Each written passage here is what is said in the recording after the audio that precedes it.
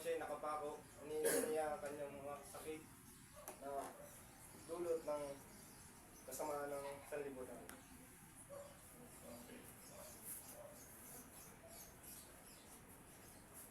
At kanyang iniinda yung mga taong walang ibang ibig kundi ang siya'y tuksoin, kutyain, at ibang sakit na bagay na kanyang kaluluwa. At sinabi niya, Ama, patawarin mo sila sapagkat hindi nila nalalaman ang kanilang ginagawa.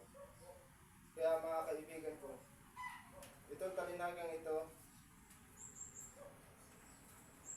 ang unang sinabi na ating dakilang Ama, sapagkat wala siyang ibang ginawa kundi ang magpatawad dahil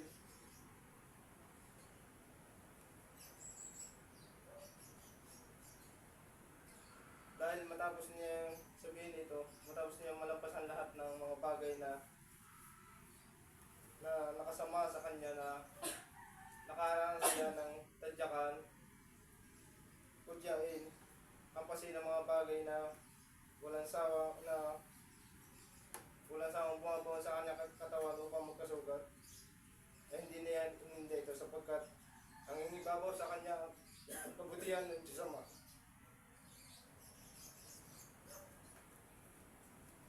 Kaya mas pinili niya na magpatawad sa ating lahat dahil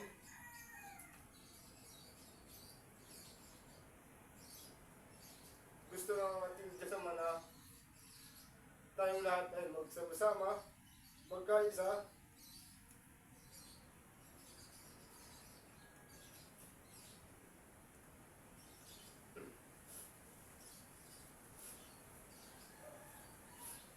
dahil gusto ng ating Diyos Ama na tayong magkaisa, magtulungan upang may palaganap ang salita ng Diyos.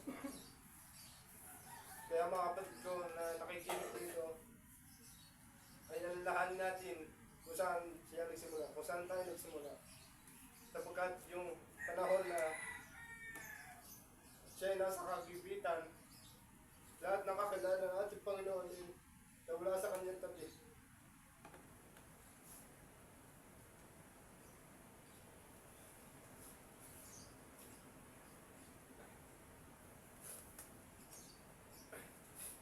Lahat ng mga kasama ng Panginoon, nung una siyang nangaral sa mga tao, ay nung dumating na tinakdang oras na siya'y hatulan, siya'y hanapin, hindi wala sa kanyang tabi. Ngunit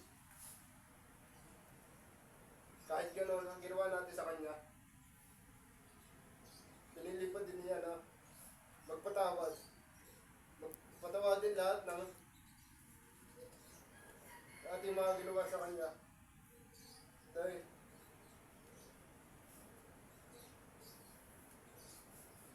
tapos nung nagpatawad tayo, ngayong araw, ano ginagawa natin? Ganun pa din. Nandun pa din tayo sa lugar kung saan tayo nakita ng Panginoon na kung siya'y nakapako sa krus. Ginagawa pa din natin yung kasiyahan habang siya'y nasa taas sa makabilad siya initan habang dumadaan ang kanyang dugo na dugo ng pag-ibig. Kaya mga kapatid ko, alam ko sa inyo na lahat tayo may alam tungkol sa pinagdaan natin dakilang Ama. Kaya gawin natin magpatawad sa lahat ng oras, sa lahat ng bagay. Sapagkat ang pagpapatawad ng ating Panginoon ay walang pag-alinlangan, walang pinipiling lugar, walang pinipiling oras. Pinatawad niya lahat ng may kasalanan.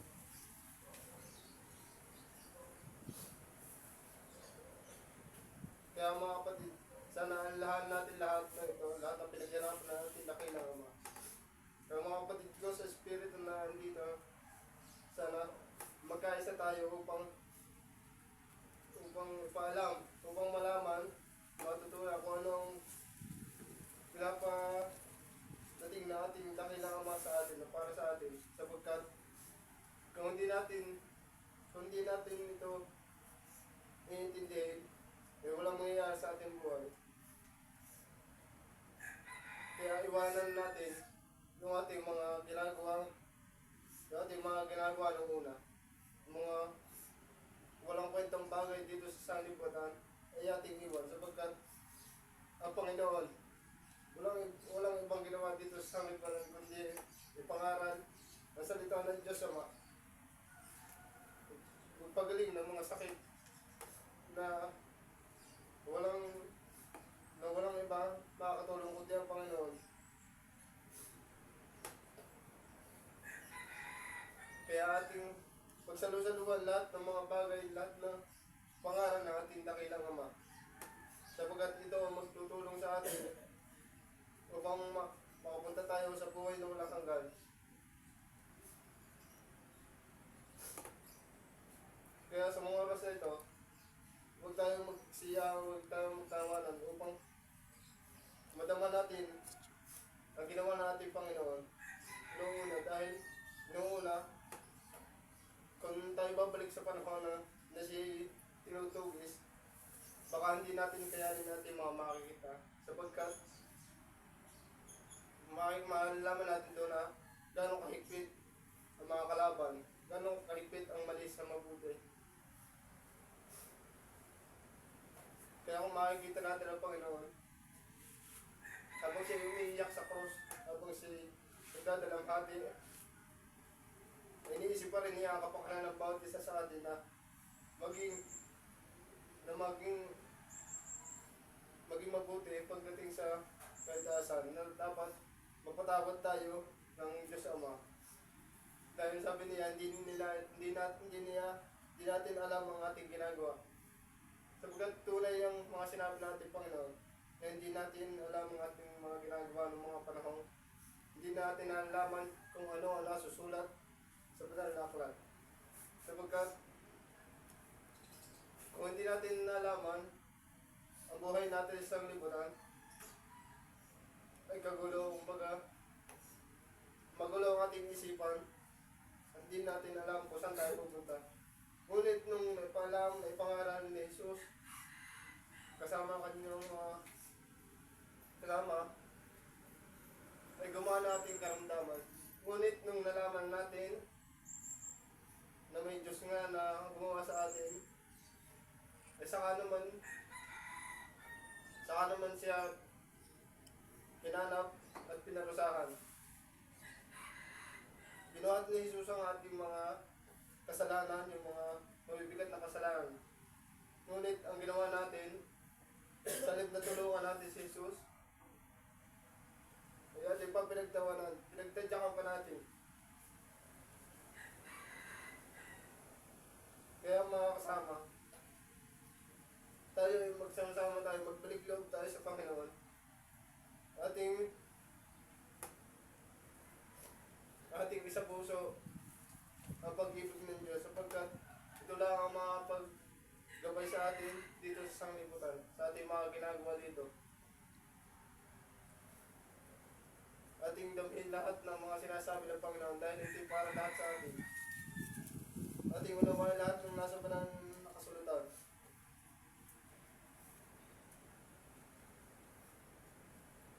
Kaya mga kapatid ko, tayong lahat dito, tayong isaw. Kung tayo may galit sa isa't isa, patawadin natin sila sapagkat walang magagawa ang masama sa mabuti. Dahil pagdating ng oras, laging mabuti ang nananaig.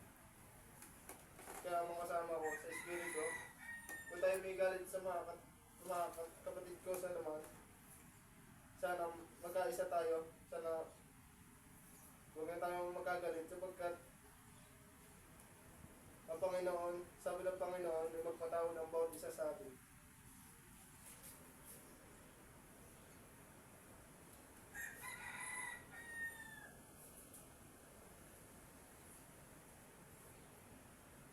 Kaya mga kapatid ko, kung ang bawat isa sa atin ay pinanghinaan ng loob dahil sa mga nangyayari, huwag natin itong isipin dahil ang isipin natin yung pinagdaanan natin Panginoon noong una. Dahil kailanman hindi natin nakita, hindi natin naramdaman na ang Panginoon ay nagsisi sa kanyang mga ginawa. Ang Panginoon ay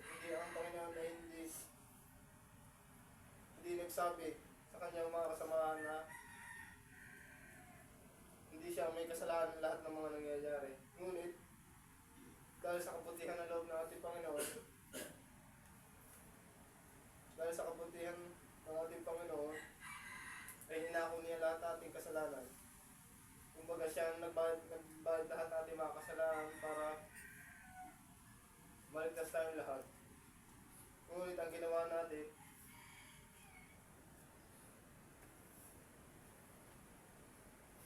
ang ating ginawa ay hindi natin pinansin o hindi natin pinahalagahan lahat ng kanyang mga bagay na ginawa.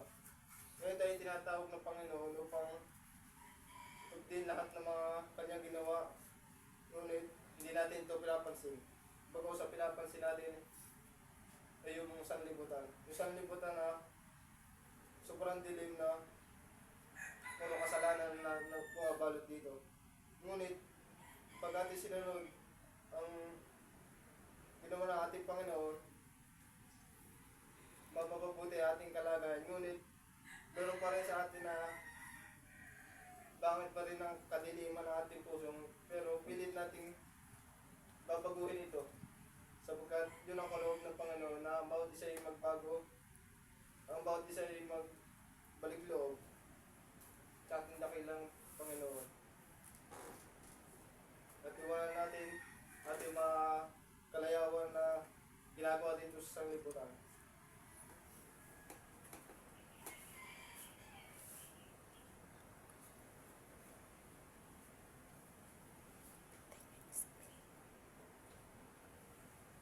Kaya mga kapatid ko dito sa sanglibutan dito sa katuruan ito,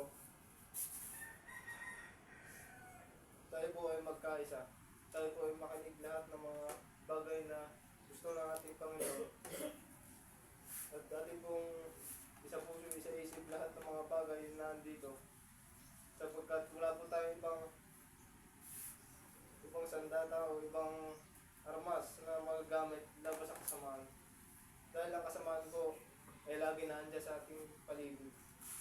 Kaunting galaw natin, kaunting ano natin, ang makapunta na sa atin, matutok sa ulit tayo.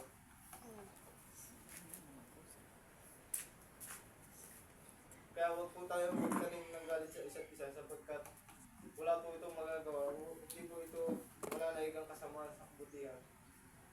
Dahil kung tayo po magtatanim ng galit sa kapwa natin, wala pong mangyayari. Meron din po. Kaya piliin po natin na mas mapabuti o piliin natin na gumaan ang ating pakaramdam at ating gawanan yung ating mga masamang ginawa, mga masamang mitiin.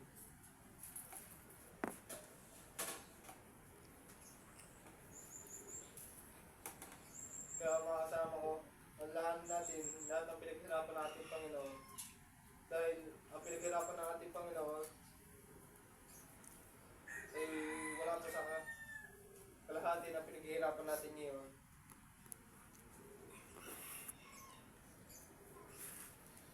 Tayo po'y magtulungan upang palaganap lahat ng bagay na gusto ng ating Panginoon.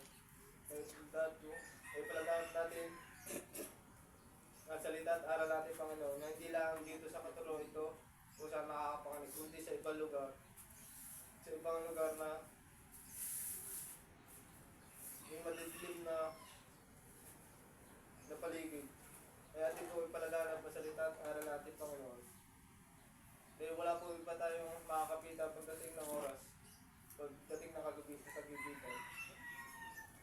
Kundi ang salita at aral din natin Panginoon.